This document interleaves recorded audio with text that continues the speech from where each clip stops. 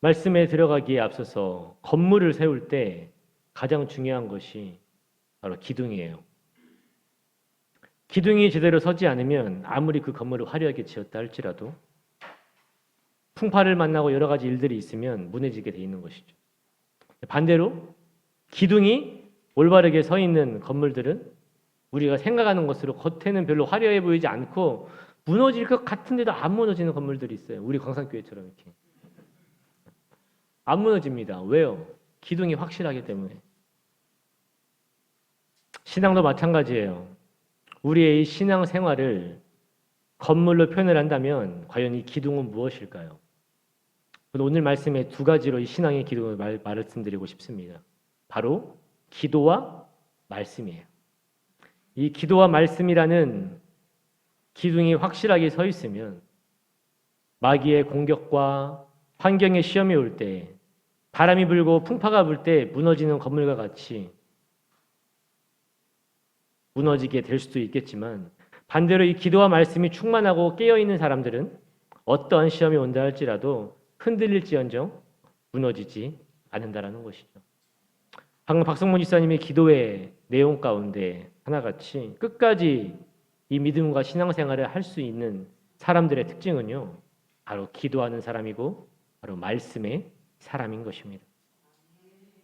오늘의 말씀을 통하여서 여러분은 과연 요 근래 얼마나 이 말씀과 기도에 집중하고 계십니까? 한번 우리의 삶을 돌아보기로 합니다. 힘들다, 바쁘다, 정신이 없다, 시간이 없다 라는 핑계를 대면서 기도와 말씀에 좀 소홀히 했다라고 한다면 오늘의 말씀이 여러분에게 다시금 그걸 깨닫게 하는 말씀이 되기를 원합니다. 좀 부족했다 싶으면 오늘의 말씀을 통하여서 다시금 기도와 말씀을 회복하기를 원합니다. 이게 중요한지 우리가 알아요. 우리가 이게 중요한지 알면서도 가장 또 소홀하게 여기는 게 바로 이 두 가지 아닙니까?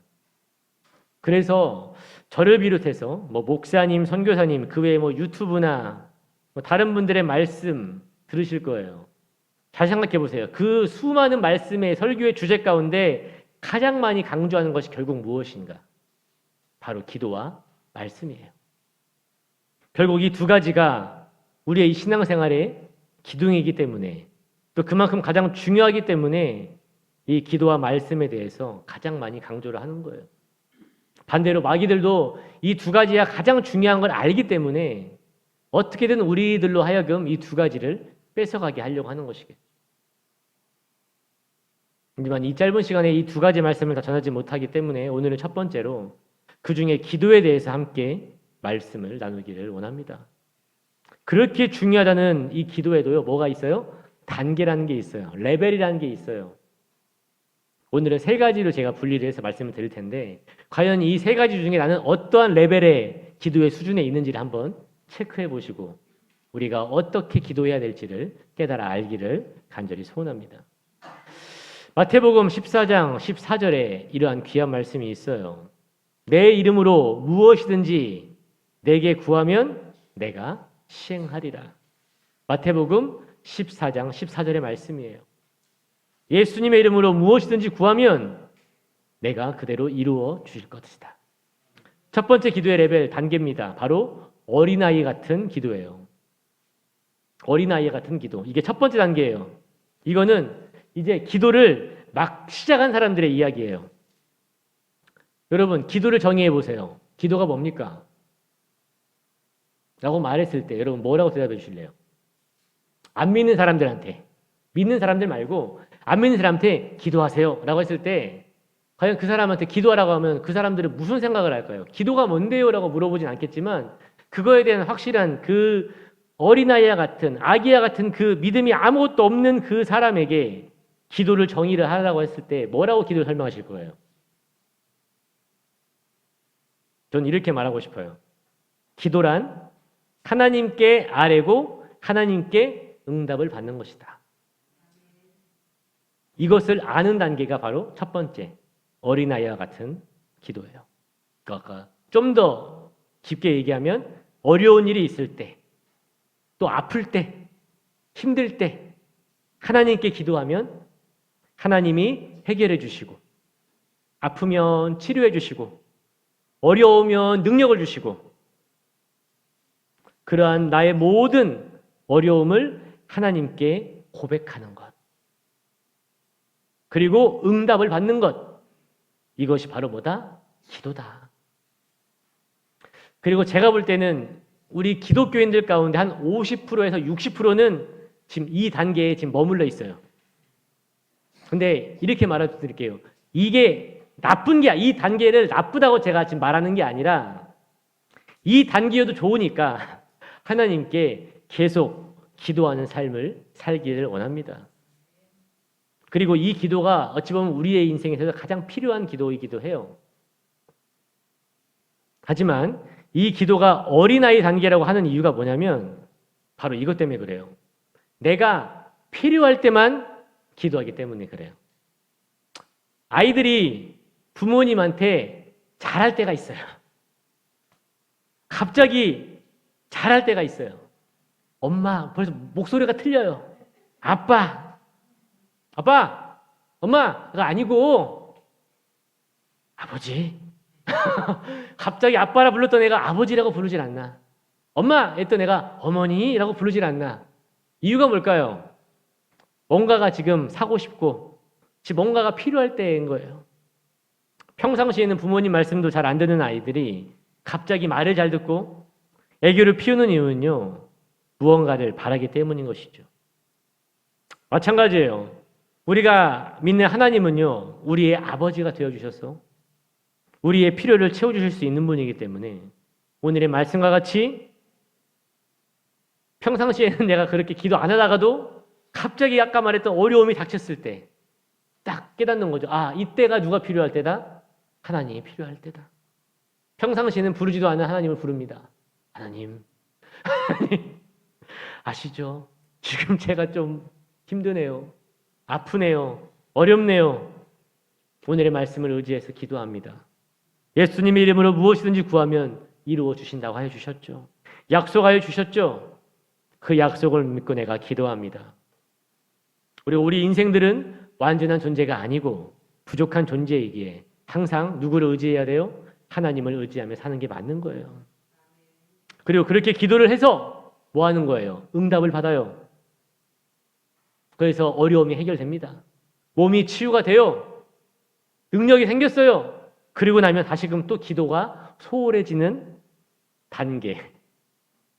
이제 굳이 내가 하나님을 그렇게 간절히 찾을 만큼 힘든 일이 없기 때문에 또 찾지 않는 단계가 바로 이 첫 번째 단계인 어린아이와 같은 기도의 단계입니다.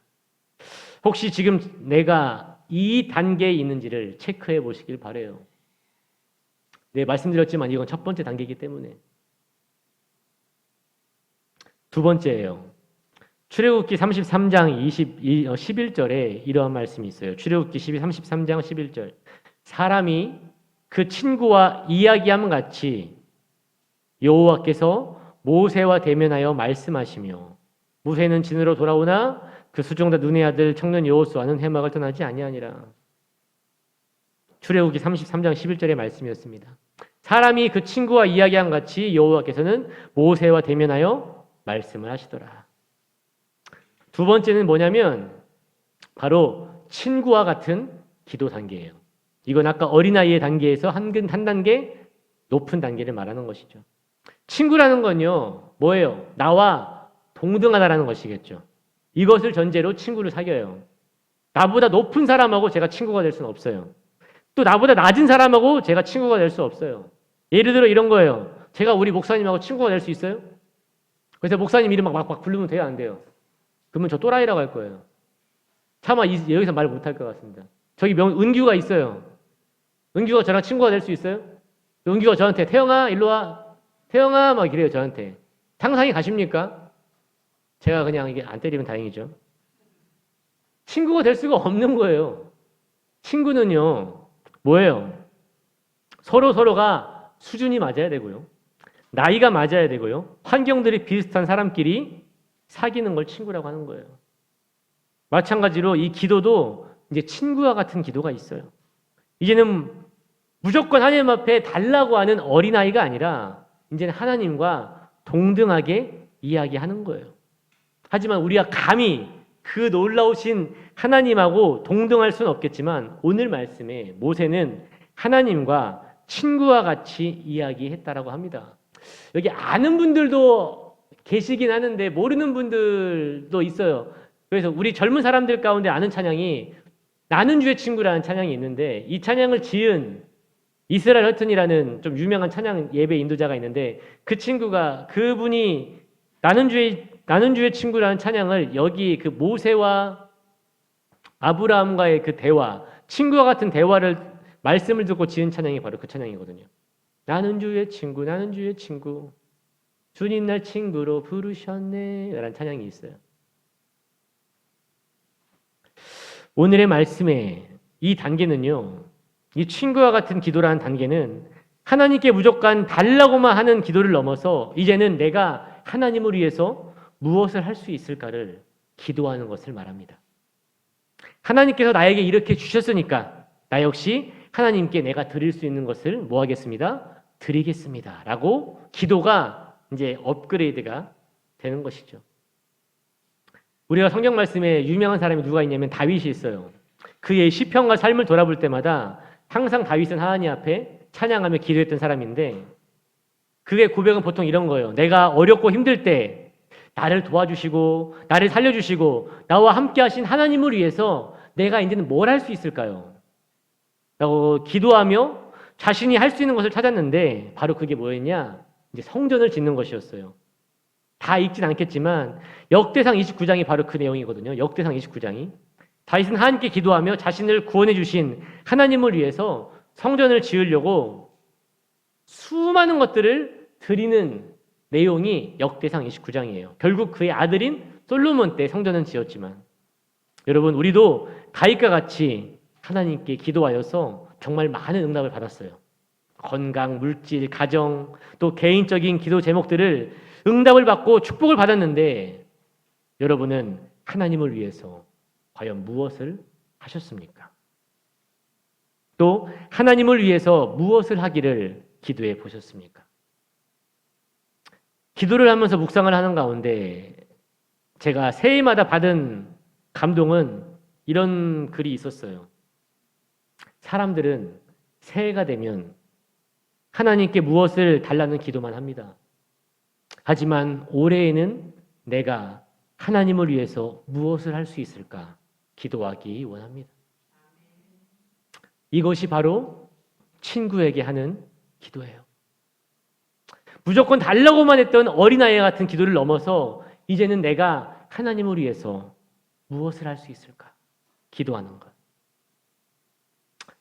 여러분 부모님들은 다 기억하실지 모르겠어요. 여러분의 자녀들이 여러분의 생일날 자신이 벌은 돈이나 모은 돈으로 처음으로 생일 선물을 해준 것을요. 보통 부모들은 그것을 잊지 못한다고 해요. 왜냐하면 이제 내 자녀가 뭐 했다는 거예요? 이제 다 컸다는 거죠. 예전에는 엄마, 아빠 뭐 도와줘, 해줘 했던 애들이 이제는 성장을 해서 자신이 벌은 돈을 가지고 부모님 앞에 선물까지 해주는 수준까지 성장한 것을 보면서 이제 감격을 하는 것이죠.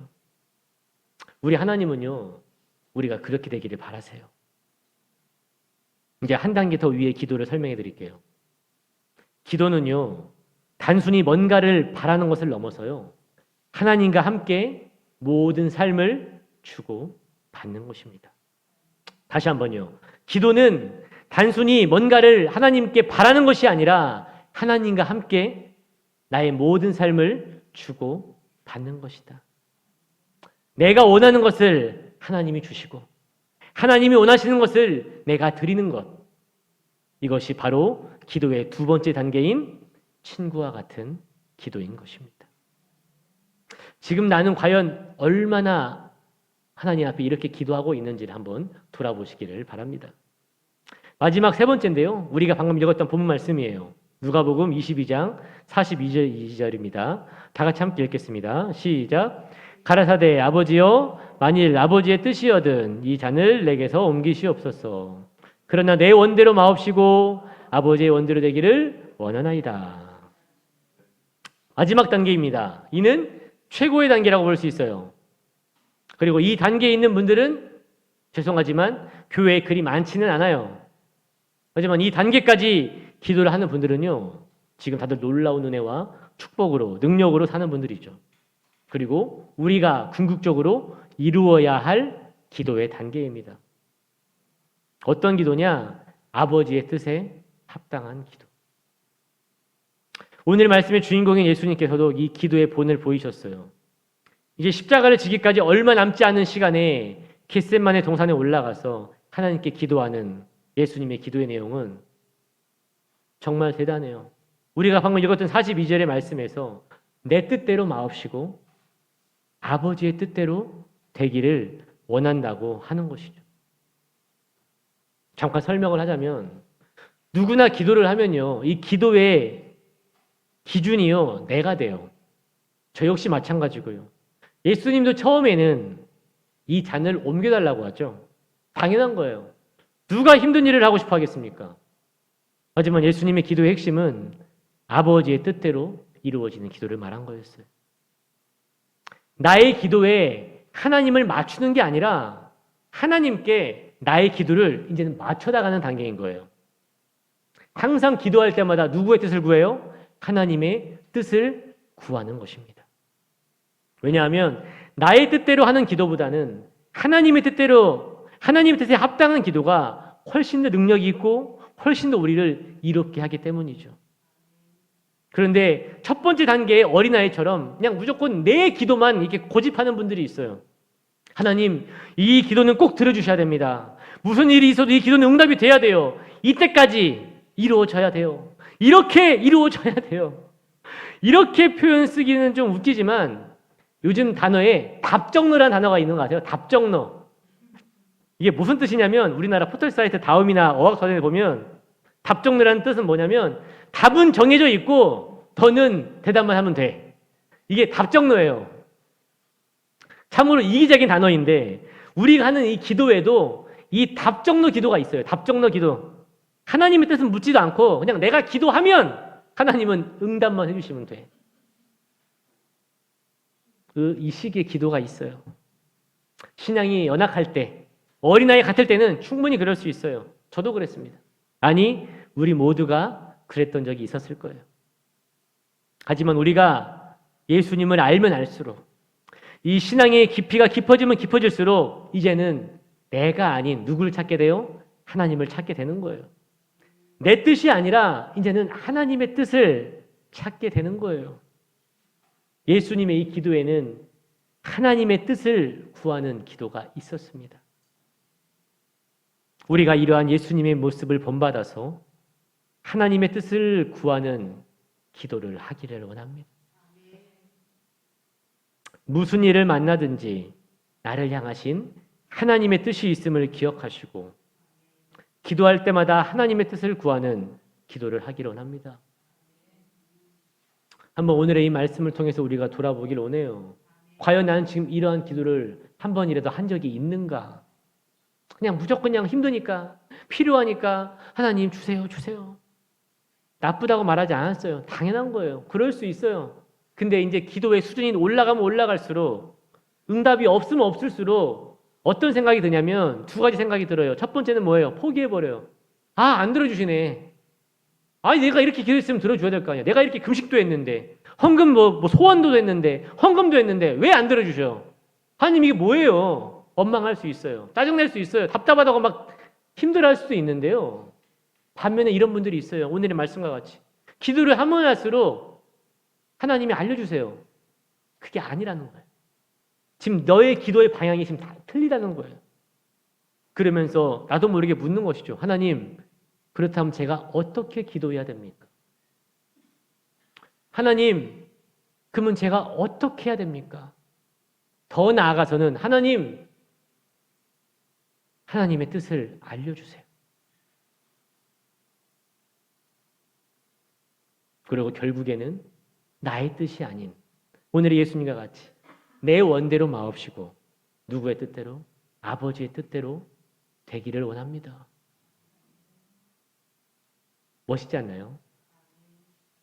우리가 이루어야 될 마지막 단계, 아버지의 뜻에 합당한 기도를 하는 그러한 수준까지 올라가는 우리 강산교회 성도님들 되기를 간절히 소원합니다. 결론이에요. 기도는 이 짧은 시간에 다 설교할 수 있을 만큼 그리 쉬운 것은 아니지만 오늘 말씀을 통해서 세 단계로 나누었어요. 이것을 기억하시기 바랍니다. 첫 번째는 어린아이와 같은 기도였어요. 이런 어린아이가 부모님께 그냥 달라고만 하는 기도입니다. 이제 신앙을 시작한 사람들의 기도인 거예요. 다시 한번 말씀드리지만 이 기도가 틀렸다거나 나쁘다는 게 아니에요. 처음엔 다 이렇게 시작합니다. 그리고 점점 이제 수준이 올라가는 것이겠죠. 두 번째는 뭐예요? 친구와 같은 기도입니다. 이제는 어린아이를 넘어서서 우리의 신앙이 성장해서 친구로서 동등한 이야기를 하는 기도인 거예요. 서로의 삶을 나누고 필요를 나누고 무조건 달라고만 하는 것이 아니라 이제는 나도 하나님을 위해서 무엇을 드릴 수 있을까를 말하는 기도가 바로 이 두 번째 단계인 것이죠. 마지막으로 세 번째는 예수님의 뜻대로 하는 기도입니다. 이 기도는 이제는 내 삶의 주인이 내가 아니라 하나님임을 고백하는 단계인 거예요. 나의 기도의 주인공이 내가 아니라 하나님으로 바뀌는 것을 말하는 것이죠. 그래서 예수님과 같이 아버지의 뜻대로 되기를 원한다고 고백하는 것. 항상 기도할 때마다 내가 원하는 것을 기도하는 것이 아니라 하나님이 나를 통해서 원하시는 것이 무엇인지를 구하는 것. 이것이 기도의 마지막 단계이며 우리가 이루어야 할 목표일 줄 믿습니다. 오늘의 말씀을 통하여 여러분은 그리고 저는 지금 어느 수준에 있습니까? 한번 체크해 보시고 기도의 삶을 살아갈 수 있는 놀라운 우리 강산교회 하나님의 사람들이 되기를 간절히 소원합니다. 오늘의 말씀을 의지하여 우리 1분 동안 기도하겠습니다.